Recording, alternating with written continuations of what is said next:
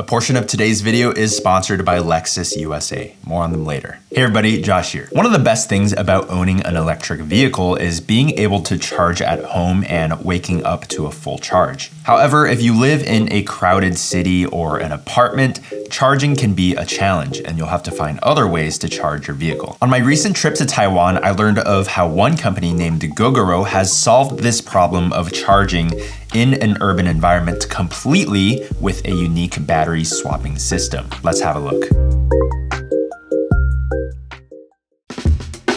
Now in Taiwan, these scooters or mopeds are everywhere. Just take a look at this bridge of people trying to commute to get to work on a Monday morning. It's pretty insane. Now, why are there so many scooters in Taiwan? Scooters are much more affordable than cars. On average, you can find one for less than 2,000 American dollars. Not only that, in the crowded streets of Taiwan, where there are a bunch of shops and vendors right along busy streets, usually with little to no parking, you can find these scooters parked right outside the shops. Additionally, they're able to cut through busy traffic and maneuver through these streets and alleys much easier than cars, making them ideal for getting around town. Okay, scooters are great and all, but when it comes to electric scooters, there's a huge problem. You see, with Taiwan as small as it is, there's not enough space for everybody to have a dedicated parking spot for their scooters with dedicated chargers. That would just be impossible and highly impractical. This is where Gogoro's swap and go system comes into play. All around Taiwan, Gogoro has placed what's called Go stations, with more of 2,000 of these spread out around the country. Apparently, they've got more Go stations than gas stations. Now, the way that these stations work is you ride up to one of these stations, you pop your seat up,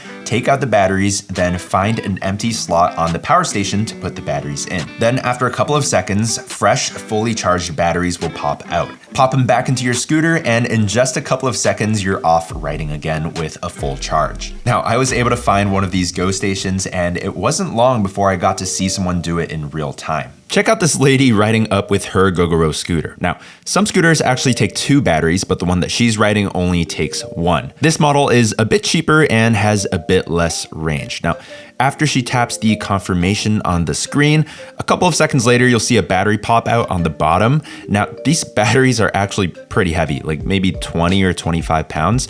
So I wonder if this prohibits the elderly population from joining the electric scooter fun. But yeah, after this lady closes her seat, she's off riding again, all in less than a minute. Very impressive stuff. Now, how do they keep track of this stuff? Like, how do they know which account these batteries are tied to? Well, these batteries are actually pretty intelligent. You see, the batteries that you pull out of your scooter actually has your scooter's ID on them. So when you pop that battery into that Go station, the Go station automatically knows which account that this battery is tied to and therefore which scooter. It's pretty neat. Basically means that you don't need to fiddle with your phone or a credit card to get a new battery. You simply just pop the batteries into the Go stations and it figures it all out for you. Now, I think this is a perfect time to talk about Lexus and their first all-electric car, the Lexus RZ. And I mean, look at this thing. This is a good looking car. And while you're looking at this car, let me tell you a story. So growing up, it was like my mom's dream to own a Lexus, and I never really understood why until finally a couple of years ago, she got one. It was quiet, comfy, had good build quality, and really everything that you could ask for in a car. It was just a really nice luxury, like well put together car. And in fact, she liked it so much that she got a near identical hybrid version in Taiwan. Now, in case you didn't know, on top of this new all-electric Lexus RZ, Lexus also makes hybrids and plug-in hybrids. And hot take, I actually think that for your average consumer, the plug-in hybrid actually makes more sense. You still get a smaller battery for those everyday short-range commutes or grocery runs, but in addition to that, if the battery runs out on a longer drive, you now just have a perfectly normal gas car, which means you never get range anxiety. Check out the link below to learn more about how Lexus is shaping the industry with its electrified lineup, and a big thank you to Lexus for sponsoring this video. Now, let's get back to scooters.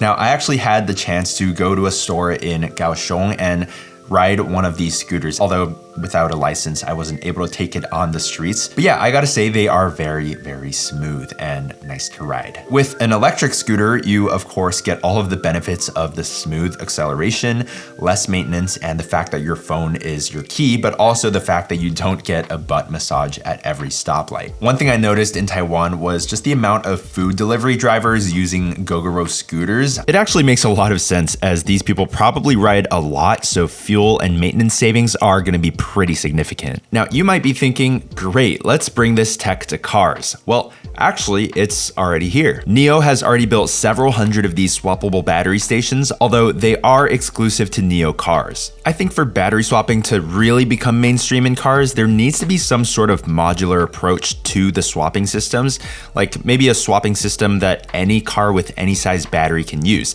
And that's basically what one company named Ample is working on now. Gogoro, on the other hand, has actually been quite successful at getting other scooter manufacturers to partner with them. This means that other non-Gogoro electric scooters are also able to take advantage of the same battery network as they all use the same standardized battery. But yeah, I'm super proud to be Taiwanese, and I am really loving what Gogoro is doing to revolutionize swapping batteries and EVs. Honestly, I would love to see Gogoro eventually make its way into the US, into cities like New York or San Francisco. I mean, we already have a couple of companies here doing scooter rentals, so I think it makes a lot of sense. Anyway, hope you guys found this video interesting. If you did, consider subscribing, and I'll see you guys in the next one. Peace.